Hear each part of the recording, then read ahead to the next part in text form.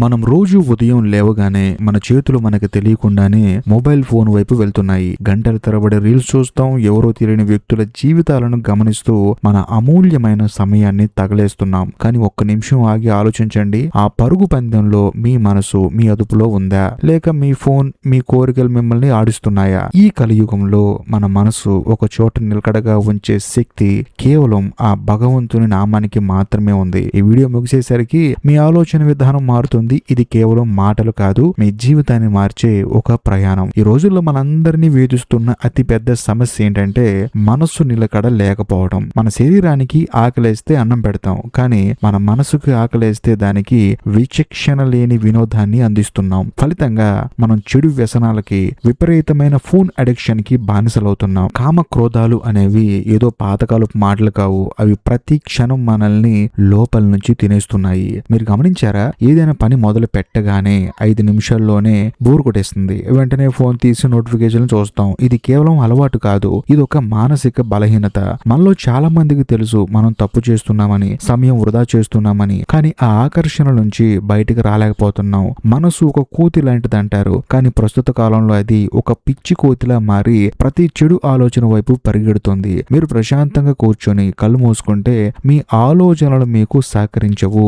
గతం గురించి బాధో, భవిష్యత్తు గురించి భయమో మనల్ని చుట్టుముట్టేస్తున్నాయి. ఈ గందరగోళమే మన అసలైన సమస్య. ఈ సమస్య ఎందుకు వస్తుందో తెలుసా? ఎందుకంటే మనం మన మనస్సుని ఒక డస్ట్బిన్ లాగా మార్చేసాం. కంటికి కనిపించిన ప్రతి విషయాన్ని, చెవికి వినిపించిన ప్రతి మాటని లోపలికి పంపిస్తున్నాం. మనం తీసుకునే ఆహారం కేవలం కడుపు నింపడానికే కాదు, అది మన ఆలోచనలను కూడా ప్రభావితం చేస్తుంది.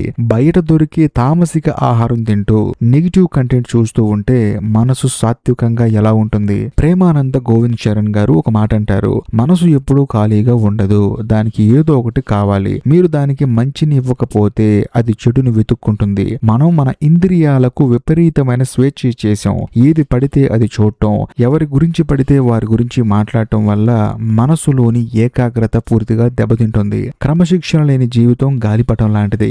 దారం తెగితే ఎక్కడ పడుతుందో ఎవరికీ తెలియదు. మన చుట్టూ ఉన్న సమాజం, సోషల్ మీడియా మనల్ని ఎప్పుడూ ఏదో ఒకటి కొనాలని, ఎవరో ఒకరిలా ఉండాలని ఒత్తిడి చేస్తూనే ఉంటాయి. ఈ బాహ్య శబ్దాల మధ్య మన అంతర్మద గొంతు నొక్కిపోతుంది. అందుకే మనకి లోపల ఒక రకమైన వెలితి, అలాగే సంతృప్తి, ఇవి రెండు నిరంతరం వేధిస్తూనే ఉంటాయి. మరి దీనికి పరిష్కారం ఏమిటి? చాలా మంది అనుకుంటారు హిమాలయాలకు వెళ్తేనో లేక అడవుల్లో కూర్చుంటేనో మనసు ప్రశాంతంగా ఉంటుందని. కానీ అసలైన వైరాగ్యం అంటే వస్తువులను వదలటం కాదు, మనసులోని వ్యర్థమైన ఆలోచనల్ని వదలటం. దీనికి ఉన్న ఏకైక మార్గం నామస్మరణ.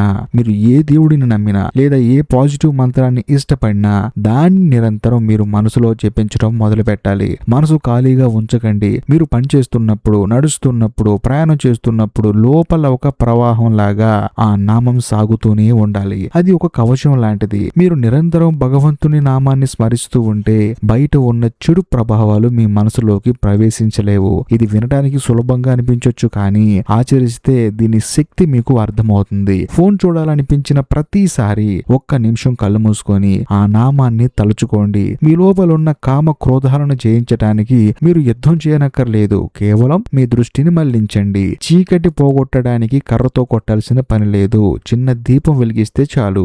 భగవంతుడి నామాన్ని జయించడమే ఆ దీపం. ఈ మార్పు ఈ రోజే, ఇప్పుడే మొదలవ్వాలి. మీ జీవితాన్ని మెరుగుపరచుకోవడానికి మీరు పెద్ద పెద్ద నిర్ణయాలు తీసుకోనక్కర్లేదు, చిన్న చిన్న మార్పులు చాలు. ముందుగా మీ ఆహారం విషయంలో జాగ్రత్త వహించండి. సాత్విక ఆహారం తీసుకోవటం వల్ల మీ మనసులోని ఆందోళన తగ్గుతుంది. ప్రతిరోజు ఉదయం కనీసం 10 నిమిషాలు మౌనంగా కూర్చొని నామస్మరణ చేయండి.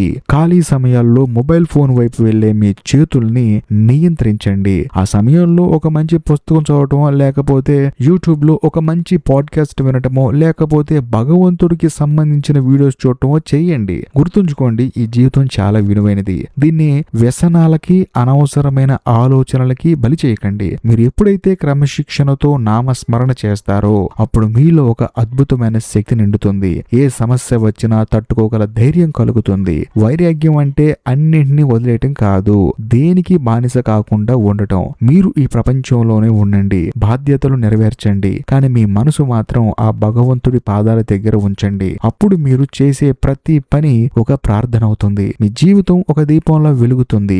నేటి నుంచే ఆ మార్పు వైపు అడుగేయండి. రేపు అనేది ఎవరికీ తెలియదు. ఉన్నది ఈ క్షణమే. ఈ క్షణాన్ని నామస్మరణతో పవిత్రం చేసుకోండి. ఈ వీడియో గనక మీకు నచ్చినట్లయితే ఖచ్చితంగా లైక్ చేయండి. మీ కుటుంబ సభ్యులకు షేర్ చేయండి. బాయ్.